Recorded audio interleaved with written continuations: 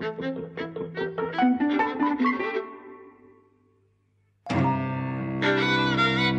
and welcome to Eavesdropping at the Movies. I'm Mike. And I'm Jose.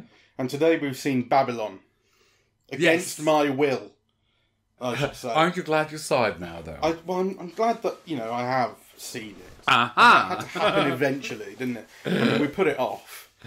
I mean, I was trying like fucking hell not to go, and then I agreed to go, and then you cancelled, which was like godsend for me. I got to stay in bed and do anything else. But we've seen it today.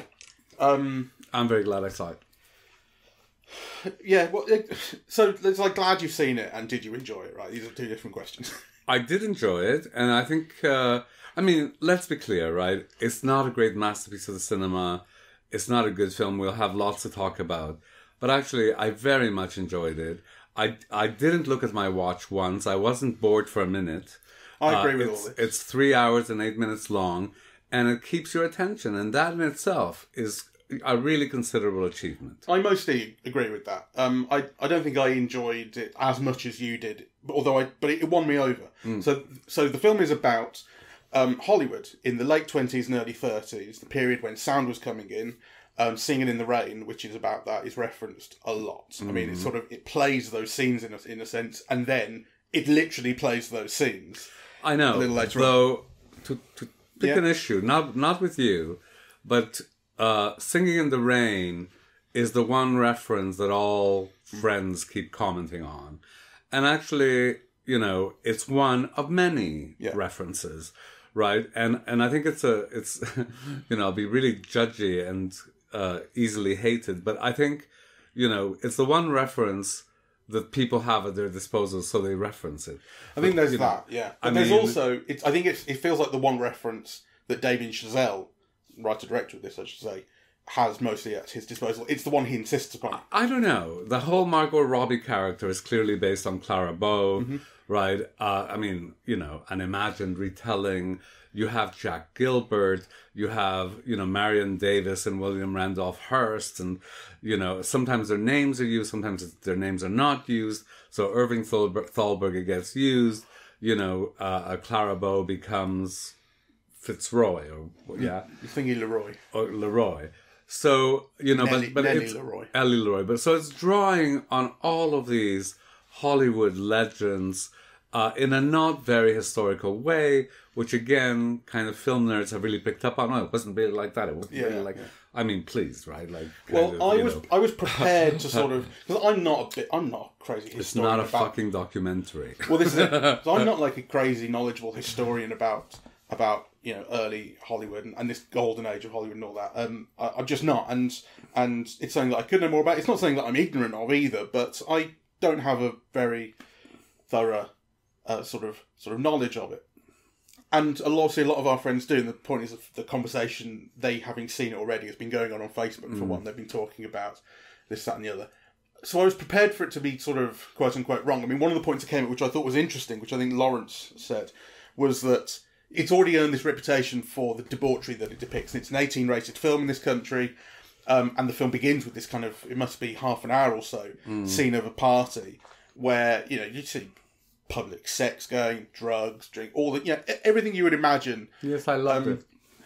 But it's selling that kind of, that portrait of Hollywood for a long time early on. And Lawrence said, what people who like this kind of image don't give any credence to or respect to is the idea that the reason cinema became the dominant media form, art form of the 20th century is because it was an industry and a business that took itself very seriously, and not took itself very seriously, but people worked hard at, and they were talented, and it churned out movies. It was a job, and it wasn't just the parties and the craziness.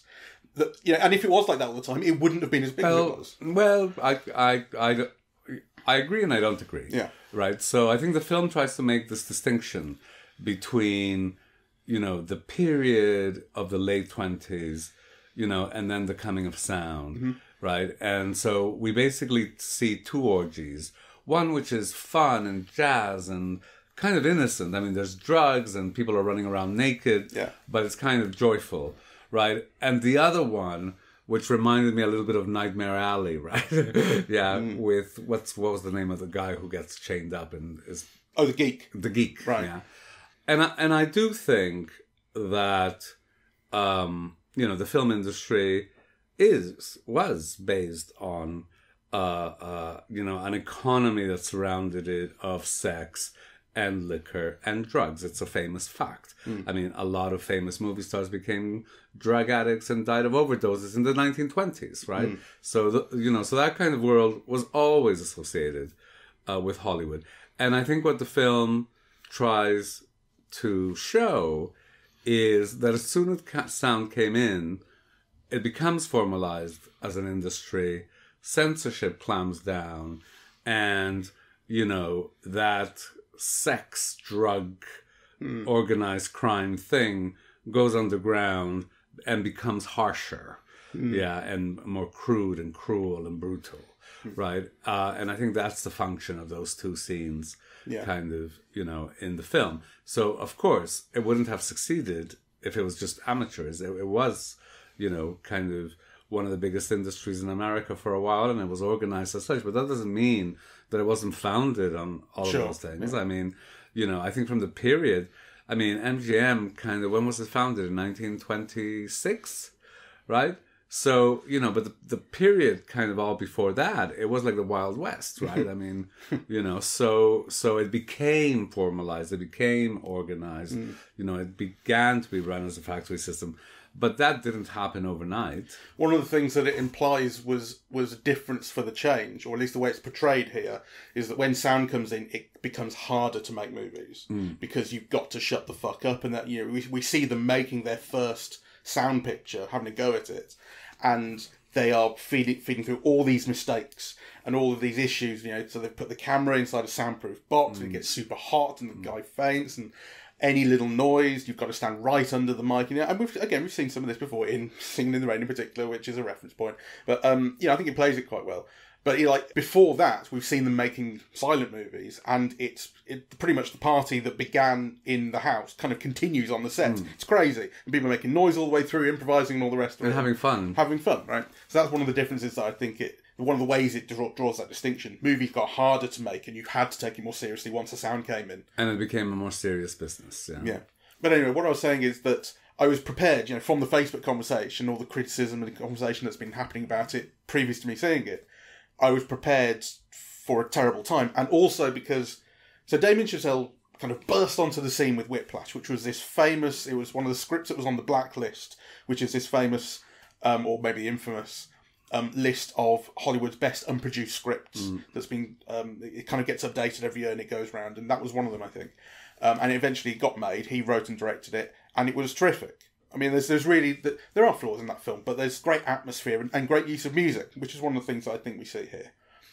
I couldn't make it through La La Land. I couldn't make it through the first number of La La Land. I saw La La Land 4 times.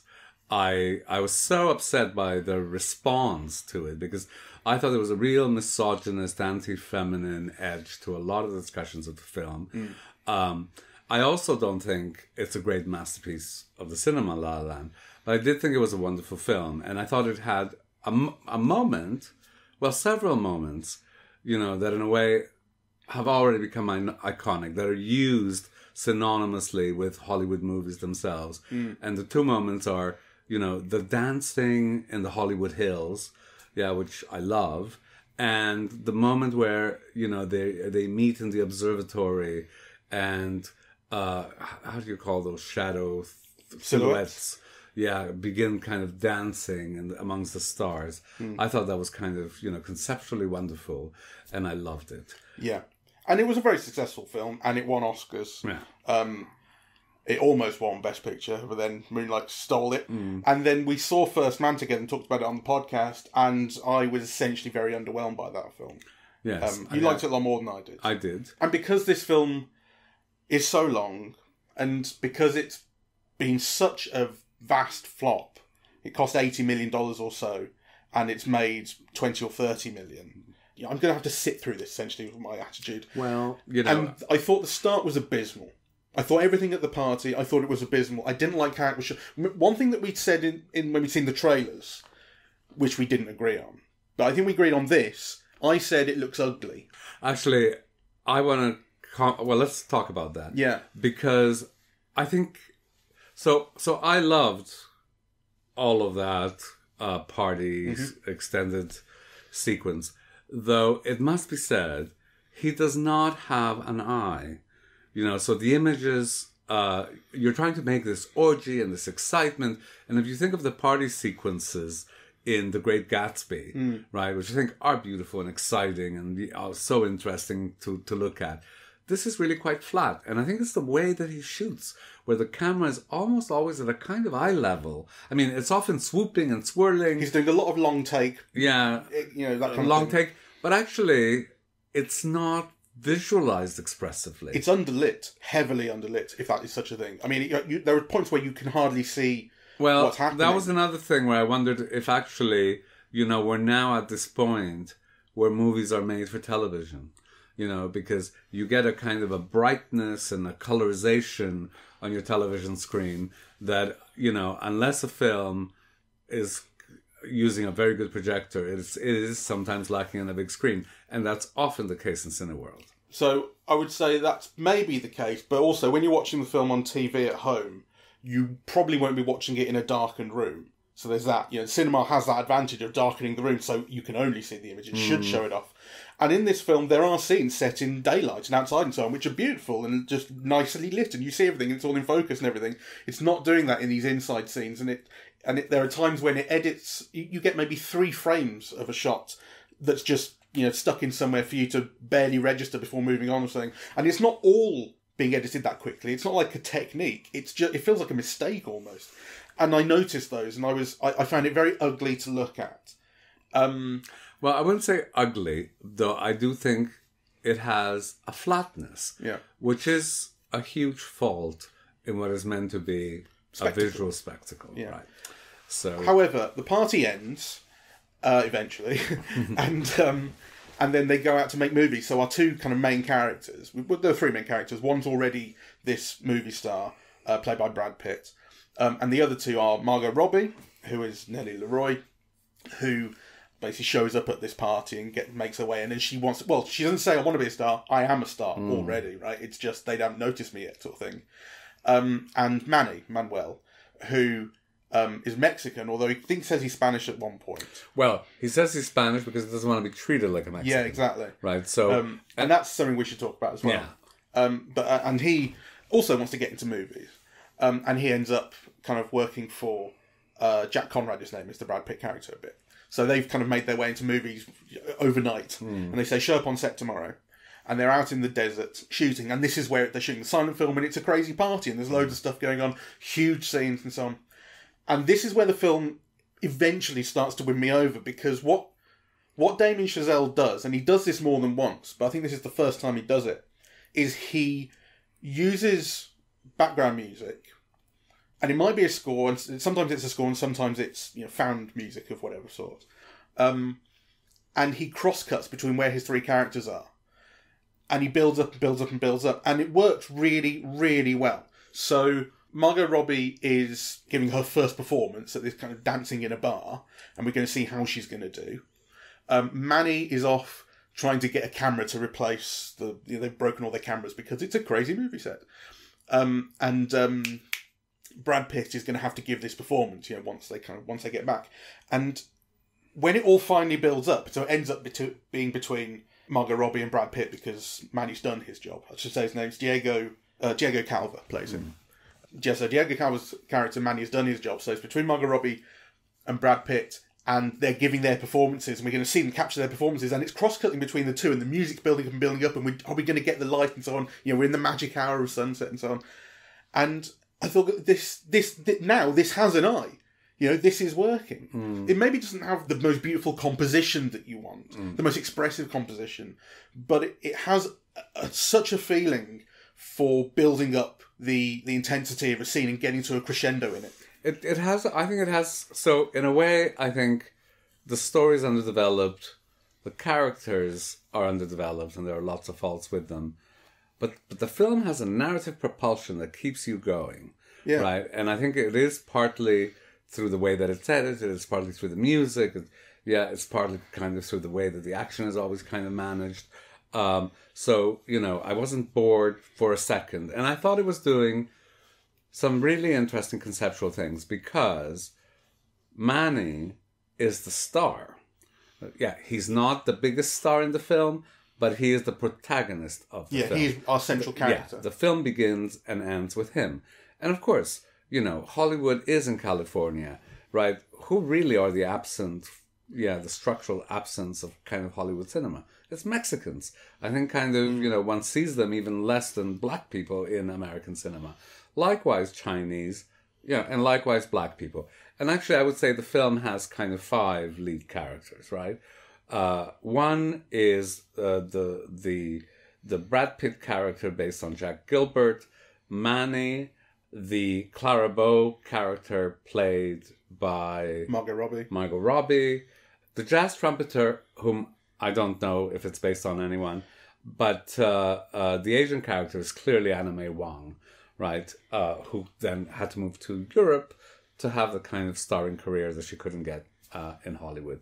So she played supporting parts like in Shanghai Express with Marlene Dietrich. But then she had like a fantastic lead role in Piccadilly here in Britain, right?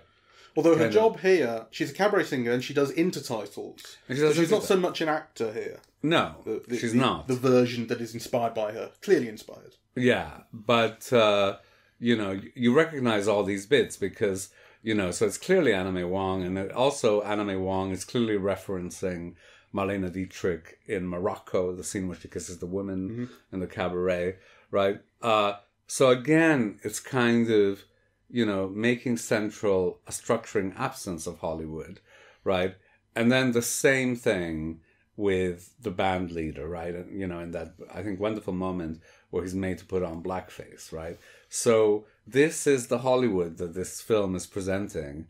And I think, very interestingly so, right? And I think, unlike Ryan Murphy's, was it called Hollywood, that terrible TV series, which kind of imagined the impossible to such an extent that it became ludicrous.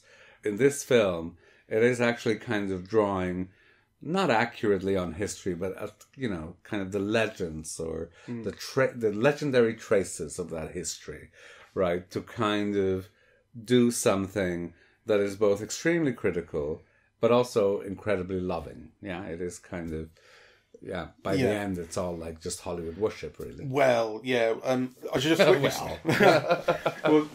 I should just say quickly before we move on, the characters that you mentioned, the jazz trumpeter is played by Jovan Adepo, and the Chinese American character is played by Li Junli.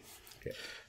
Hollywood worship at the end. So the film won me over for quite a long time, and it didn't win me over consistently. I thought it was a film that was having moments that were wonderful moments, but it felt kind of directionless at points, really.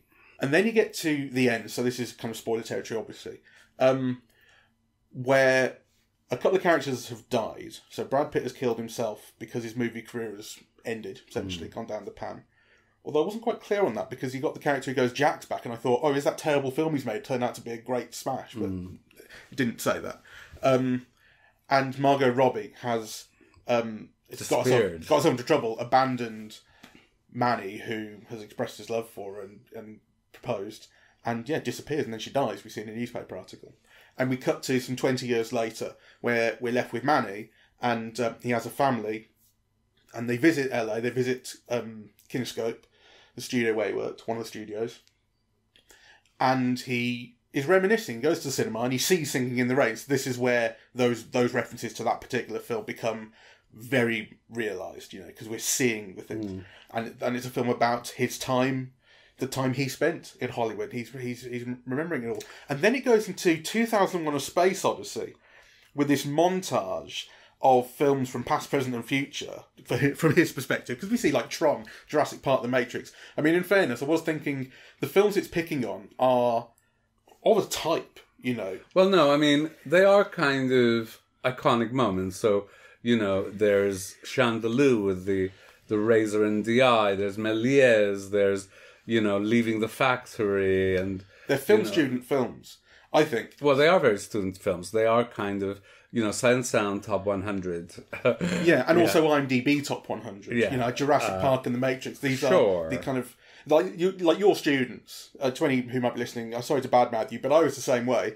You go there, and the films that you know and love are like Godfather, Matrix, Jurassic Park, Terminator 2's in there, and and they're very male, they're very teenage. You know, you don't see a lot. I mean, I don't think there was a clip from Legally Blonde, and it's funny that the clips that he includes of his own film in this kind of reminiscing montage that are supposed to express, the wonder of what Hollywood can be and what it can show you, are not the clips of the elephant shitting on the man, for instance, which I would say is something Hollywood can show you. It's the clips of people embracing and so on. It's very down the road. It's what you would expect. I thought it was really sophomoric, stupid, and in thinking about it as kind of quote unquote Hollywood worship, I think it's a really dumb person's idea of what Hollywood worship, it's movie the magic worship. of the movies. It's movie worship because it's not all Hollywood films. Okay, yeah, Hollywood, yeah, but the magic of the movie sort of thing. It's a really dumb person's idea of what that is. I think. Well, not a dumb person, but maybe not a very cine-literate one.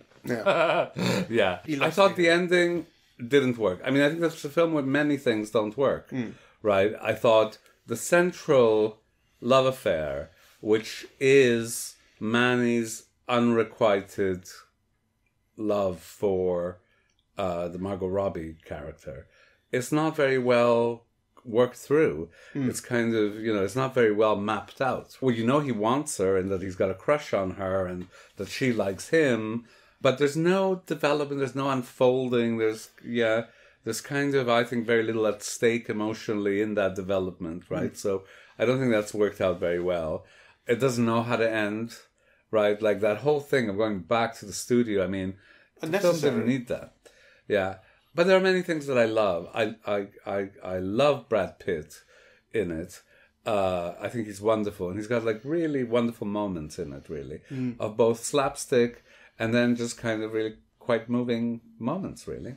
Yeah, kind of, this very superficial man having a very good time and then realizing that it's not his world kind of anymore, right?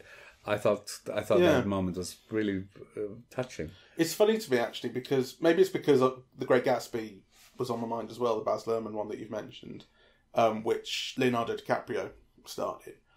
And I was thinking, I think this is a role. I think we're kind of in agreement, and I listened to our podcast on Once Upon a Time in Hollywood the other day, coincidentally, and we talked about how great Brad Pitt was, but Leonardo DiCaprio is this other level in that film. Yeah.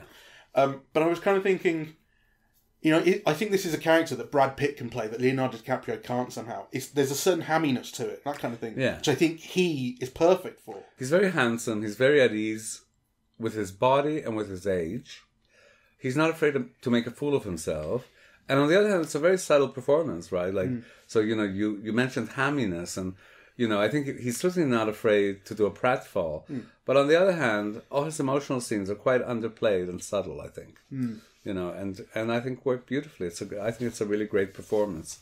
The scene that I think you mentioned, you're talking about, where you talk about him accepting that his career is, what his career has become by this point, is where the journalist has done that interview with him after a couple of films, sound films have flopped, and then she throws him under the bus, basically says he's done. And he goes to see her about it.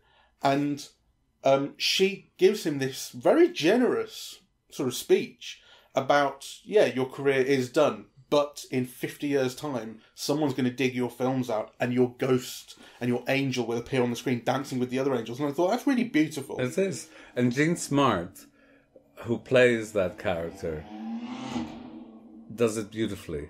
Again, it's a performance that is like very charismatic, and on the other hand, it's really minimal. It's made up of like really minimal gestures, all to great effect, quite sardonic.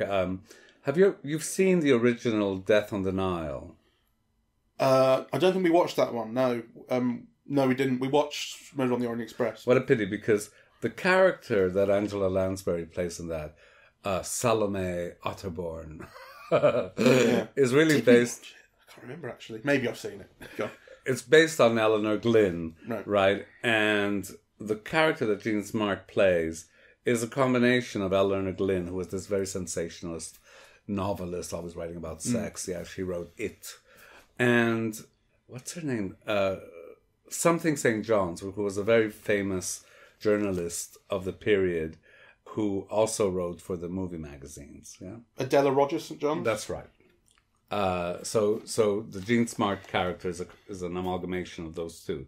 Possibly more that I can't. Yeah, sure. You know. Well, it also felt like a bit of a type as well. I think a lot of things in this film, a lot of people and a lot of scenes feel like examples of types. Yes. And it's kind of, it's full of cliche in a way. And I suppose this is one thing that I got my head around very early on. And I think this comes from all those Facebook conversations about it. I was thinking this isn't going to be the realistic thing that all the cinephile, all the historians want. And when it starts off with an elephant shitting on a bloke, and all the shit happening at the party, I'm thinking this is a cartoon, right? And I'm fine with that. Like, actually, and that it's letting me. I don't. Maybe it is thinking that it's realistic or pretending to be realistic, but I wasn't imagining that it was, and that helped me enjoy it a lot more. It's a cartoon of what. Well, actually, somebody mentioned Fellini, right? And it has kind of, you know, those moments, I suppose, you know, in the party scene and then in the grotty, you know, underground scene. Except it lacks Fellini's dreaminess, you know? Because I forget what film it is, whether it's 8.5, it might be 8.5, which actually starts with an elephant, yeah? Right. And of course, the Taviani brothers and Intolerance, like elephants feature heavily in that kind of, you know, mythic Hollywood of that period. So it's kind of pertinent that it starts with an elephant. Yeah, but the shitting sets a tone for the film, which is a welcome one. Although I would say, actually, the tone that it sets is really only consistent for that opening movement of the party. Because actually, it really calms down after that. You do still see drug taking and violence and various things, and there's that other orgy scene that you described where it all ramps up.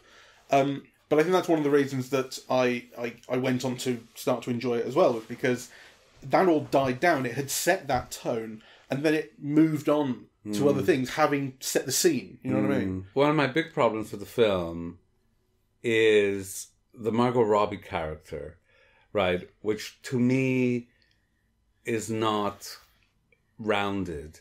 So you're given this reason, you know, why she is the way that she is. So, you know, her mom is in a sanitarium. You know, her dad is Eric Roberts. I mean, you would be depressed. No, actually, I love seeing him. I love him.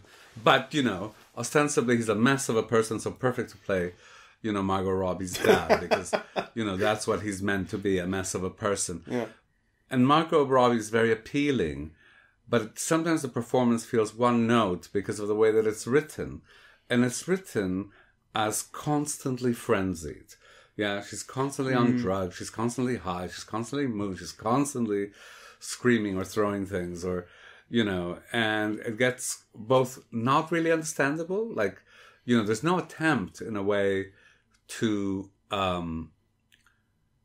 make a success of her life, to rein herself in. She's always like exploding. So narratively, you're told, that her career's in the dumps and she's going to try and make herself more acceptable. But actually, you don't see her struggling with that. Yeah, you don't see her struggling with any drug dependency. You don't see her struggling. Emotionally, she's always high, always looking for drugs. Always self-destructive, and you don't know where that comes from, really. So I think it's a real problem with the film. Which makes a very appealing performance, because I think, you know, Margot Robbie's very appealing, but it does end up getting a bit tiresome, that kind of, it's always frenzied. Though I don't think that's her fault. But anyway, a pity. I loved also seeing Lucas Haas and, what's his name, who was Spider-Man? Tobey Maguire. Yeah.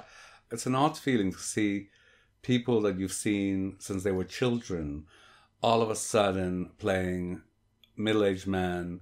The features that were so cute when they were children are now kind of fleshed out and hanging, and just like what happens to all of us. You know, Tobey Maguire in particular. Well, Tobey Maguire, I think, gives a very brave performance, which, you know, I'm not sure he makes the best choices, because in a way, it's a visually hammy performance, right? Like Yeah. he's relishing showing the awful teeth and The redness of the redness eyes of the eyes, and I'm not sure that you couldn't have had as effective a performance of somebody lizardly and cold and killer without necessarily kind of going to those visual extremes. It's a very different character if he is better presented. Do you know what I mean? Like he's king of the drug addicts and geeks and criminals. Yeah. So I think it's kind of important that he looks the way he does, and I think it really works. I think it works. I think it would also have worked if he hadn't done that. Yeah. But I think they're brave choices and they work. And it's certainly very, very memorable. It'll take me a while before you forget how he looks in this film, which might not help his career much, right? But, kind of, it works very effectively. So I think for me, those are also pluses in the film. To see Eric Roberts and Tobey Maguire and Lucas Haas, and Gene Smart and, kind of being... Ethan Suplee, for me, who will be less of a reference point for you, but he was in kind of teen movies and Kevin Smith movies and things. And okay. he was Tobey Maguire's thuggy right-hand man. Oh, right, okay. So, recognise him immediately. Ooh, so it does have those. Spike Jonze, you mentioned, played the Eric von Stroheim takeoff. Yeah, the sadistic German director, Yeah, so it has those going on. Olivia Wilde, we noticed in the credits, and I found out that she's the first ex-wife of Brad Pitt, who he's splitting up with at the start, and neither of us recognised her. And I suggested that one of the reasons for that might be because she's basically shot from behind. You do see her face. It's not like that, but it's the same problem I had with Till. In fact, is it was shooting someone from an angle that I just don't get. I suppose the point of that, as it was in Till in a way, was to move the camera around so that Brad Pitt gets his entrance. If you saw them both from the front, you would see Olivia Wilde and recognise her, but you would see Brad Pitt. But what it does is it has her get pissed off and leave, and then he turns around and you see him. And so the film kind of, for me at least, sacrifices shooting the start of that scene well in order to shoot the end of it well, to give him the entrance. Sure. I loved watching Brad Pitt in this because he plays a very romantic figure. Yeah. Somebody kind of in love with movies, and in love with the romance of movies, and in fact with the idea of romance itself. So he's got about 5 wives in the film.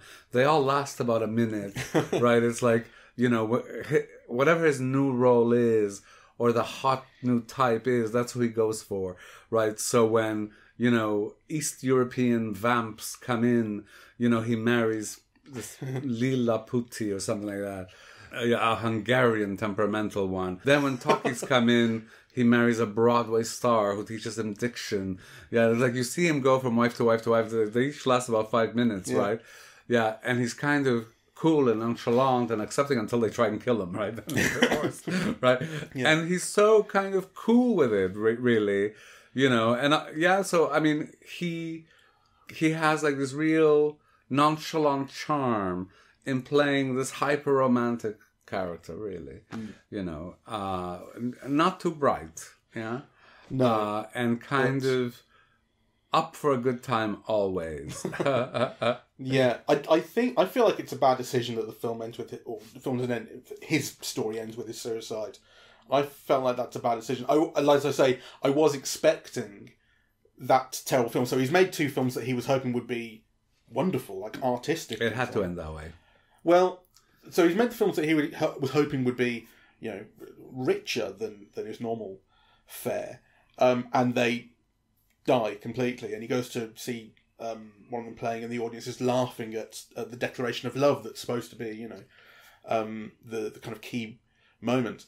And then he, just for the money and to help out a friend, help out Thalberg, he takes just a shitty role, and it's going to be a shit film, and I'm just helping you out. That's it. That's my job now. And that's the film that the film seemed to be half suggesting would turn out to be good again. And and I thought, is the film going to undercut all of that stuff about you had your career and it was beautiful and you'll be beautiful again in the future, but now you're done? Is it going to undercut it and go, fuck it, I'm back, bitches? It doesn't, and it ends with this self-regarding suicide. Well, I think the film makes a mistake in so it really is split in 2 halves. The first half is the silent period where everything is fun, orgies, and art and fun and drink and, and then the second bit, which is industrialization, factory filmmaking, underpinned by kind of a harsh brutality, the underground stuff that goes around it. And I think so that's the structure of the film, in a way. So it needs for people's careers to end.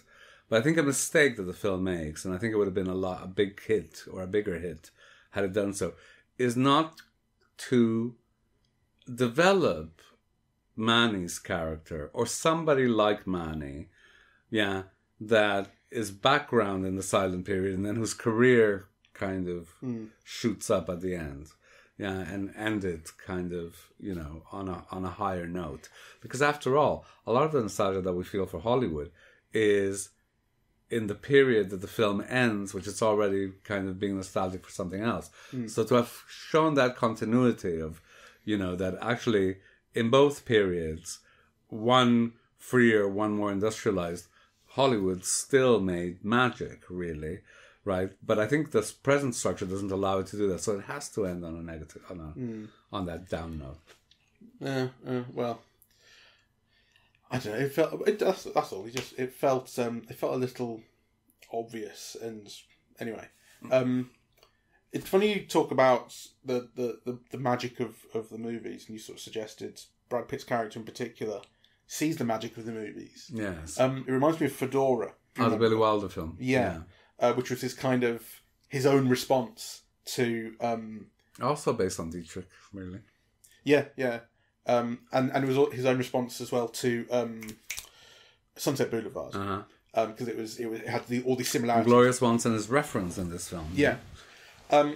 Because one thing I talked about when we saw Fedora, which is set in old Hollywood movie making, is the idea that one of the things that I want to see or felt was missing in the reasons that the characters are in Hollywood is love of movies, love of art, and love of that kind of thing. And you were saying that's not really what it was back then. It was stardom was the thing.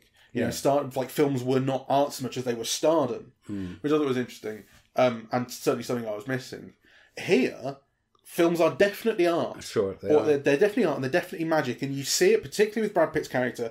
But also the whole crew when they get the shot in front of the sunset in that silent movie segment, and everyone cheers that they got the shot. And I suppose they're cheering that they got the shot after a long day and they didn't know if they would get it before the light went. But it's a magic shot. Yeah, they're celebrating. They're celebrating because they got something beautiful. Yeah, right. And also that it costs, because in that whole sequence you see people wounded, people going to hospital, horses dead, right? Like, so there is a real carelessness of life in the pursuit of this image, Yeah. So it's not entirely innocent. It's not just like, but it does have this thing of we're going to capture this beautiful thing at any cost, right? Like, yeah. Anyway, I don't care what people say about films. I wanted to watch it because it was about Hollywood, because it had Brad Pitt, and because it had Margot Robbie, and because the trailer, it wasn't quite a great trailer. It didn't convince me. It was a terrible trailer. Yeah. I thought this looks really boring, stupid, ugly, as I said. But all that stuff that it shows in the trailer is basically from the first half hour. Yeah. And I wanted to see it. And I'm very glad I saw it. I thought it was very entertaining.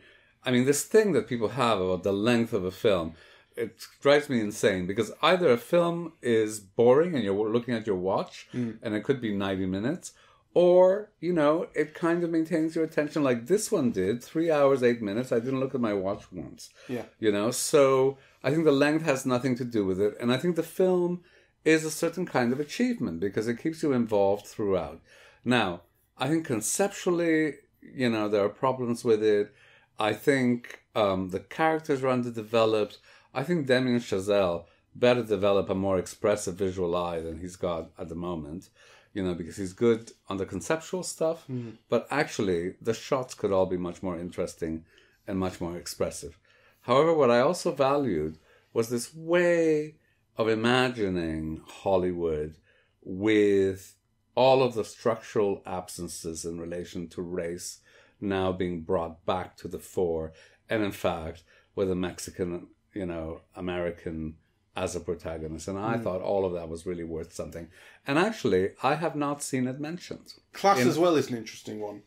Margot Robbie being lower class from Jersey, and film itself being looked upon as lower class in comparison to the higher arts. Which is an explicit issue in the film. Yeah. So it's very interesting that in all these geeky discussions about whether they used the right lens or whether that camera was an operation or, whatever, really kind of important things that the film does, in relation to race and class, I've not seen mentioned at all. And I think are really important and really praiseworthy.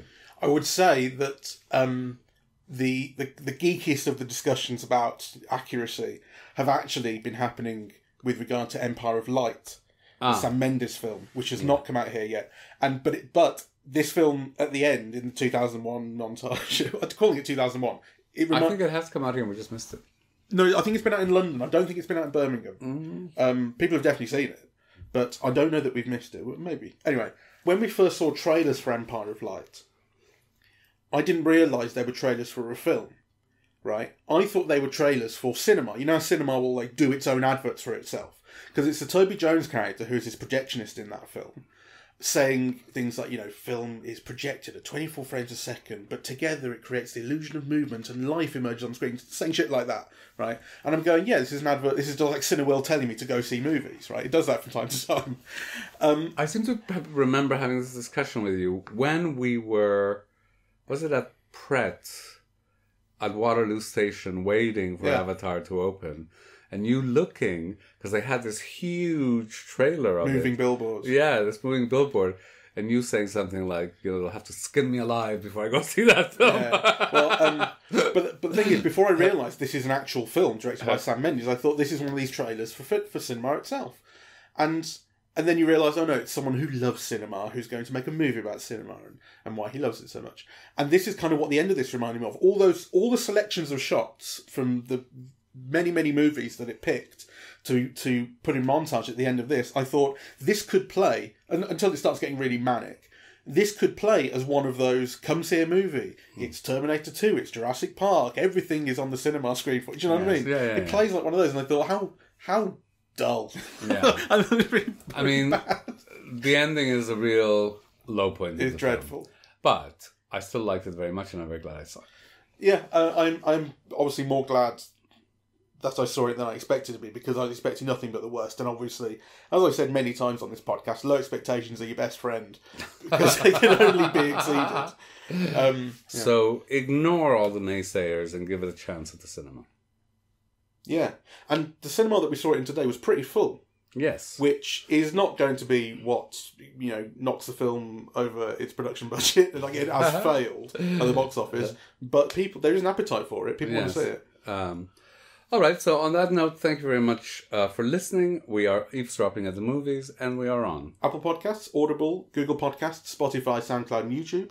On social media, we're on Facebook and Twitter, and the website is eavesdroppingatthemovies.com. Thank you very much. Bye-bye.